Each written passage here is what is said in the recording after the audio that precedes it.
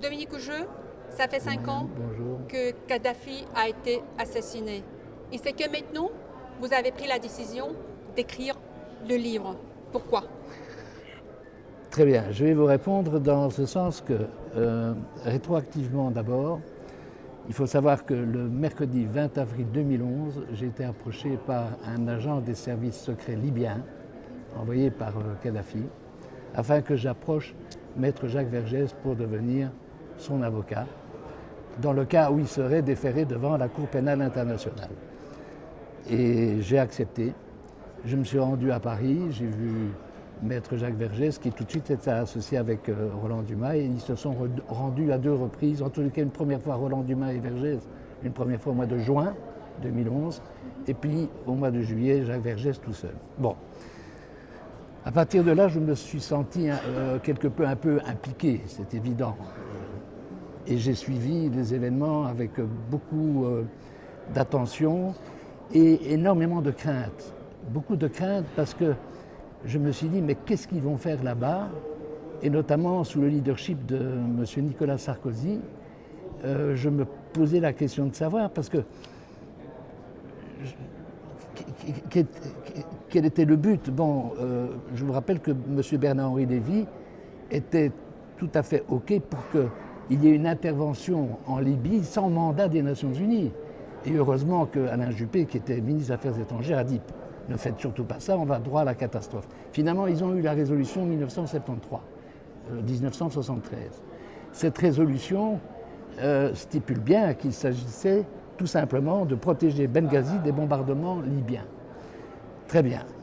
Il se fait que, avant toute cette opération-là, la Libye, la population vivait dans des conditions qu'ils avaient retrouvées de la période de faste, à savoir qu'il y avait les soins de santé gratuits, l'école gratuite, il y avait des tas de projets en cours, l'essence était à 0,08 €, il n'y avait pas de TVA à payer. L'électricité gratuite.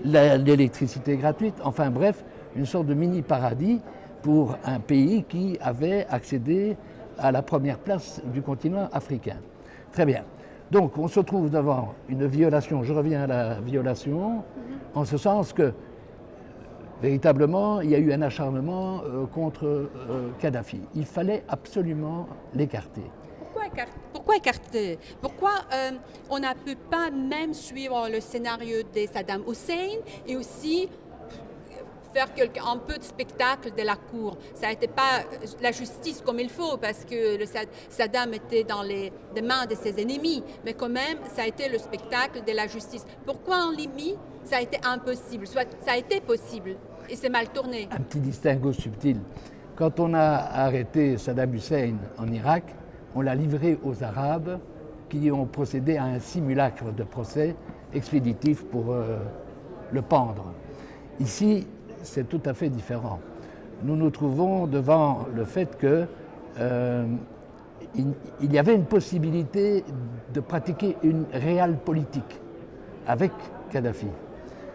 Parce qu'il ne faut pas oublier qu'il y a eu une mission de l'Union africaine sous l'égide de M. Jean Ping, président de la Commission de l'Union africaine, accompagné de Yacoub Zouma. Ils se sont rendus à Nouakchott, puis ils se sont rendus à Tripoli, ont eu un entretien avec Kadhafi, et avec Kadhafi qui a tout de suite dit spontanément « Je suis fatigué, je veux quitter le pouvoir et je voudrais que l'on installe une démocratie, mais une démocratie qui soit à la libyenne, s'inspirant de certaines dispositions constitutionnelles qu'on retrouve dans les constitutions occidentales et des réalités, des droits coutumiers, tribaux, des 250 tribus de Libye. » Il se fait que M. Ping et sa délégation se sont rendus à Benghazi, au CNT, où se trouvait Bernard-Henri Lévy d'ailleurs, à ce moment-là.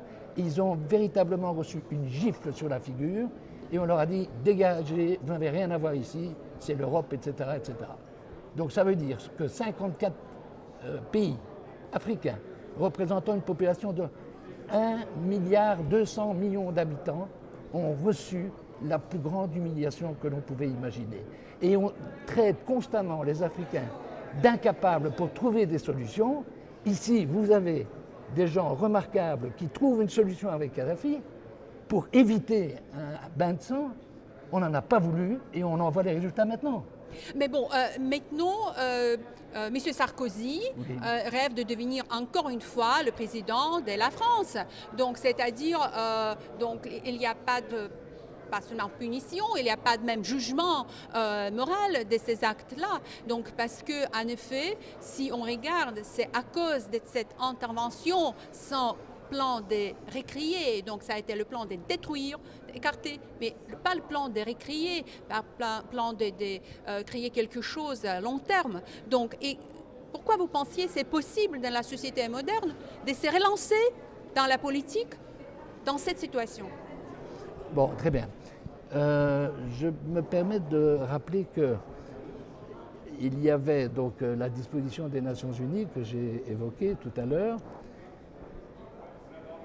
Pour pouvoir devenir un chef d'État, je vais faire une comparaison avec M. Bush Jr., qui a effrontément menti aux Nations Unies dans l'opération de 2003 en Irak. On est bien d'accord.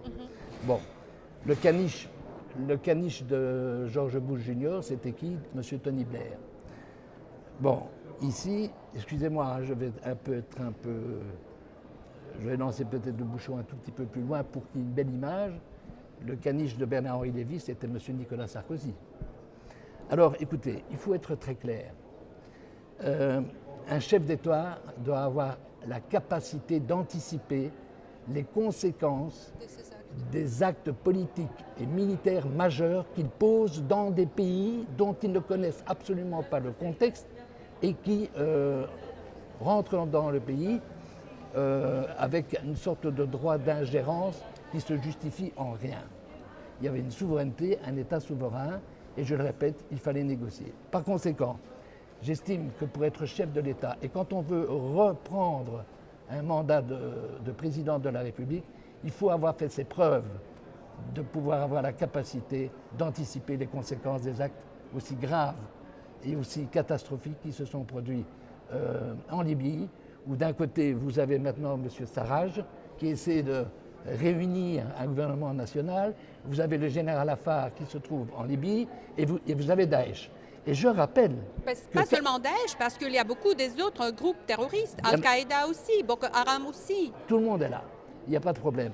Mais ce que je veux dire, c'est que Kadhafi, depuis 10 ans, collaborait, avant sa mort, avec les services secrets de la CIA, avec le MI6 britannique, avec la DGSE, a rendu de grands services en termes d'information des services secrets et combattait, c'était un des fervents combattants de l'État islamique.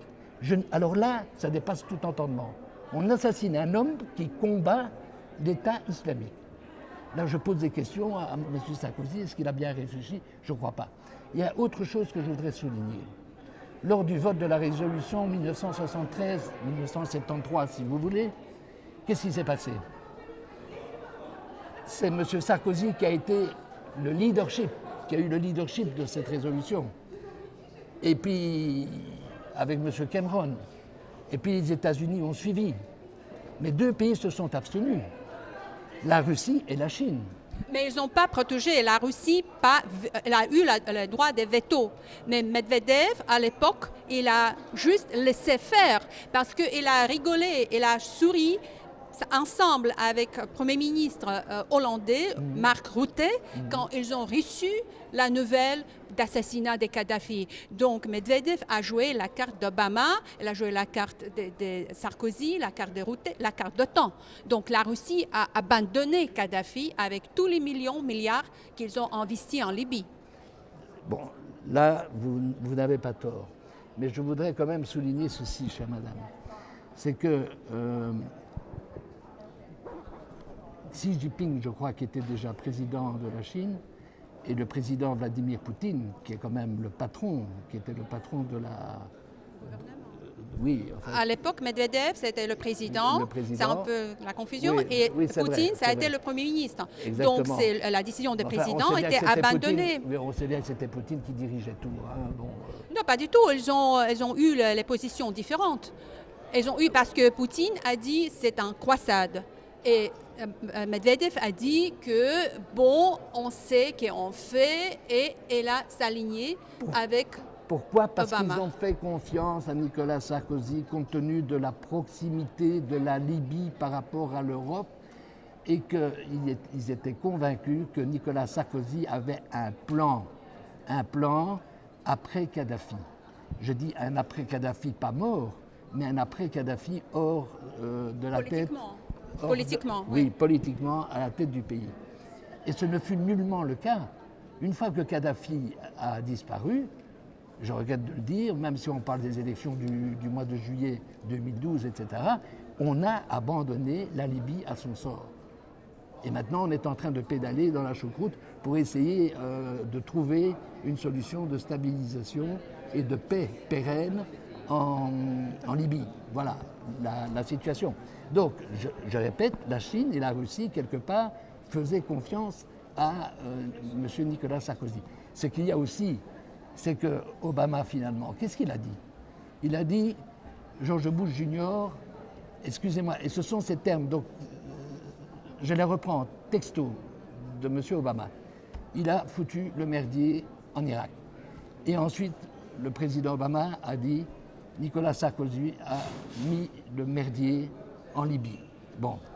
Et Obama, récemment, je crois il y a quelques semaines, après notamment la conclusion de la commission parlementaire britannique, n'est-ce pas, où au moins les Anglais ont au moins l'humilité de pouvoir, d'avoir créé une commission d'enquête parlementaire et qui est accablante, n'est-ce pas, tout le monde le reconnaît. Il se fait que M. Obama a dit qu'une de mes plus grandes erreurs politiques en 8 ans, ça a été la Libye. Il l'a reconnu. En revenant en Libye, l'assassinat, il y a les gens qui aussi, avec les statuts très élevés qu'ils ont dit, c'est le crime de la guerre.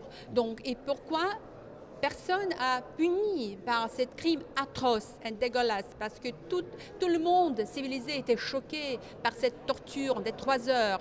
Ça a été vraiment abominable. Pourquoi? Pourquoi il n'y a personne qui est puni? Mais je vous pose la question. C'est que ça a heurté le monde entier parce que c'est passé en boucle, les images étaient atroces.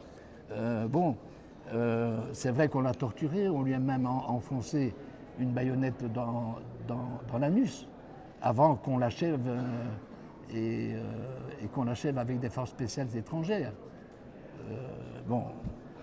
Ne me demandez pas quelles sont les forces spéciales étrangères. Tout le monde subodore de quelle force spéciale étrangère il s'agit. Bon, ce qu'il y a, c'est que maintenant, nous nous trouvons dans une situation où, justement, après 5 ans, j'interpelle et je pose des questions.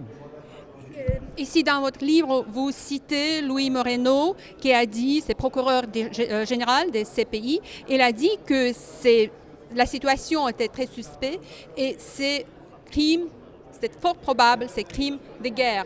Donc, est-ce que vous croyez que c'est possible de lancer les procédures maintenant, les procédures juridiques? Bon, écoutez, il y a une chose. Ici, c'est une citation du 16 décembre 2011 du procureur, à l'époque, il était procureur général de la Cour pénale internationale, Moreno Campo. Où il dit qu'il y a un faisceau de présomption qui porte à croire qu'en fait, il y aurait eu un crime de guerre contre Muammar Kadhafi. Bon, je vais faire une comparaison.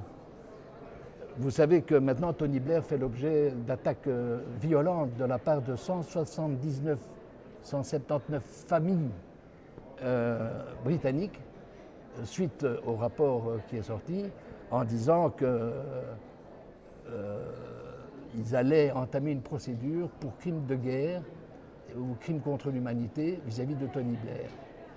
Il est évident que dans les circonstances ici présentes, moi je crois que la France va avoir le courage, à l'instar de la Grande-Bretagne, d'installer une commission d'enquête parlementaire. Et puis ensuite, d'un autre côté, vous savez que c'est extraordinaire comme, à part Milosevic et un autre complice serbe, la plupart de ceux qui sont déférés à la Cour pénale internationale sont des Africains.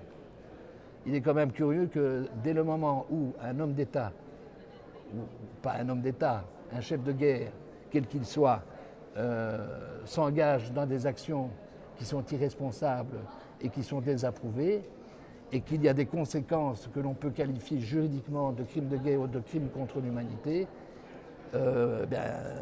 n'importe quel quidam dans le monde ou une association qui se constitue aurait le droit de porter plainte devant la CPI, et la CPI a la capacité de mener des enquêtes elle-même, des investigations, pour établir éventuellement s'il y a des éléments juridiques qui permettent de pouvoir passer à l'étape suivante.